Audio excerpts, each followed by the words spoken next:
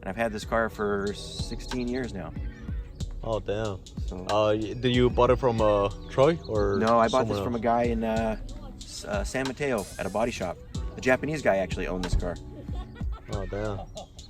Was it all original or Yeah. was like this and just? It was all original, same paint, same paint color anyway. Had stock wheels with hubcaps. Sat up real high off the ground. Yeah. Had all the original interior in it. It was a car that somebody had kind of neglected and kind of forgotten about. The two stickers in the back window are those stickers that were on it when I got it. The Firefighters Association and Smokey the Bear. When I got those stickers were on there when I got the car. And what kind of wheels are those? Those are SSR Longchamps, 15x7.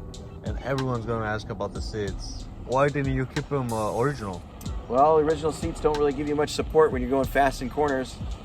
Going through Crow Canyon Road at 70 miles an hour is not exactly safe in stock seats.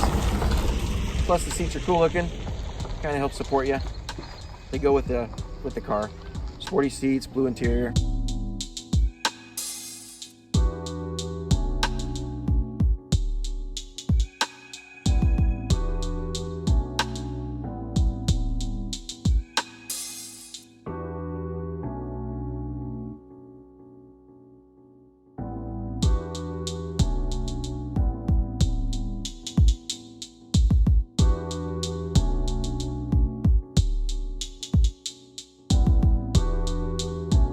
On hard turns, if I turn, try to make a U-turn or something, it will rub in the front.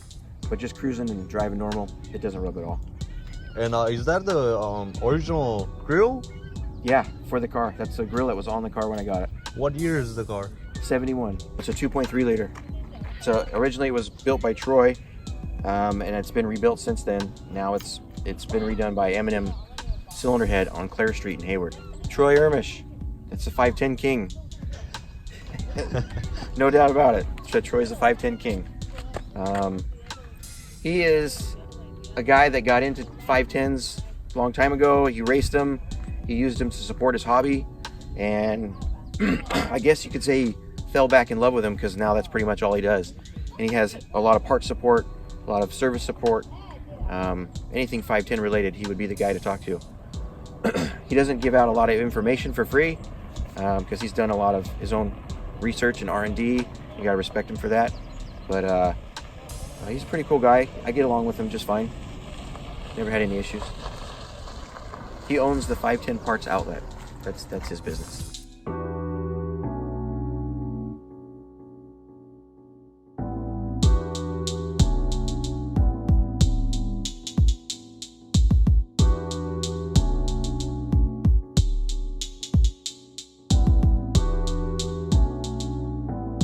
This car is built all kind of old school.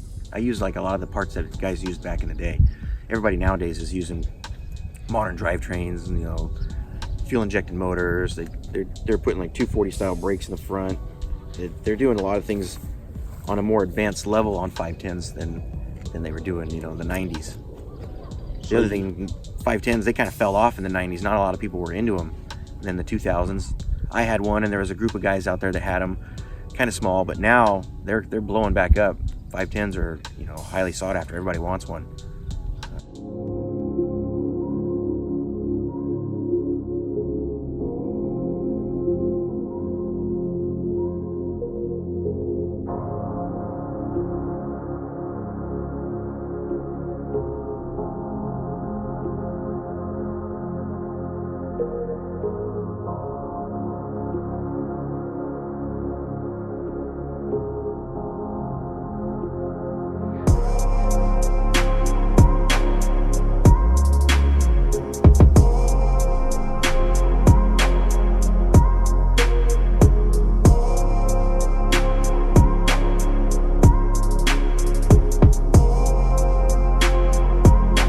Those are 45 DCOEs.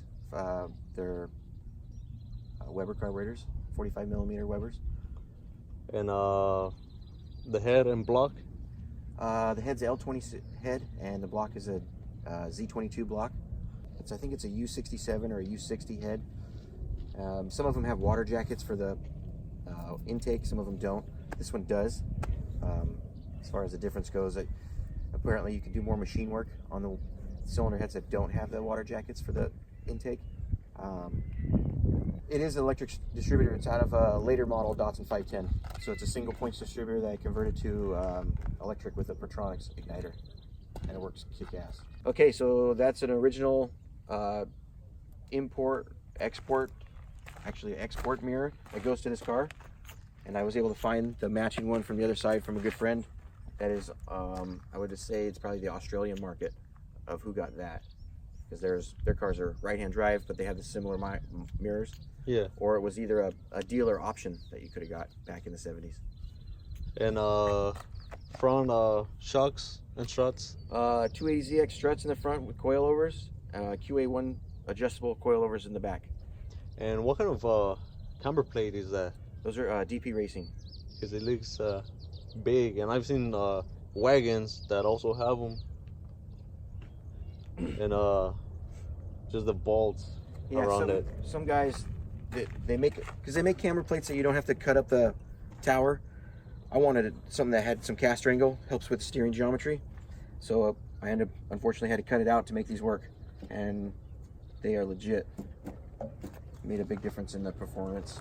Had any problems with the car? Yeah. No, not really. Just the detail.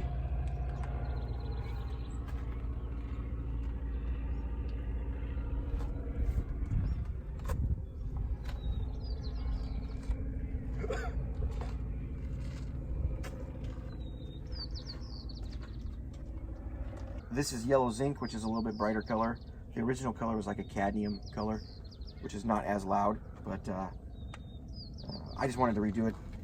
I've seen a lot of really nice cars out there now at car shows, and I'm trying to up my game a little bit so that it doesn't get looked past. The other thing too, this car has been painted for 10 years, and I never redid the engine compartment. I blew the head gasket about 6 months ago, and I said, okay, well, I guess it's time to redo it. So I pulled everything out, painted the engine bay, welded up all the holes, had the motor rebuilt, made everything new, clean and fresh, and put it all back in.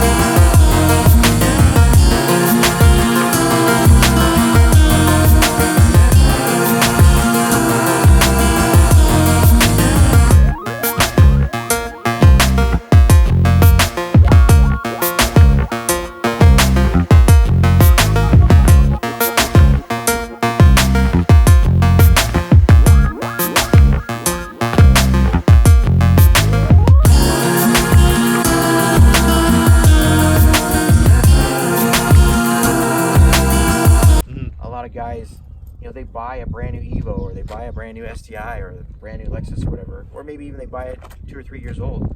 Well, anybody can slap bags on it, put 20-inch wheels and all that stuff. Anybody can do that. I can do that in my sleep. I'd rather take something that's a piece of shit, turn it into something cool, something drivable, something that you can actually enjoy, not park in the garage and leave it there forever. I drive this car. I've wrecked this thing even after it's been painted. I beat the shit out of it. It's my car. I've had it.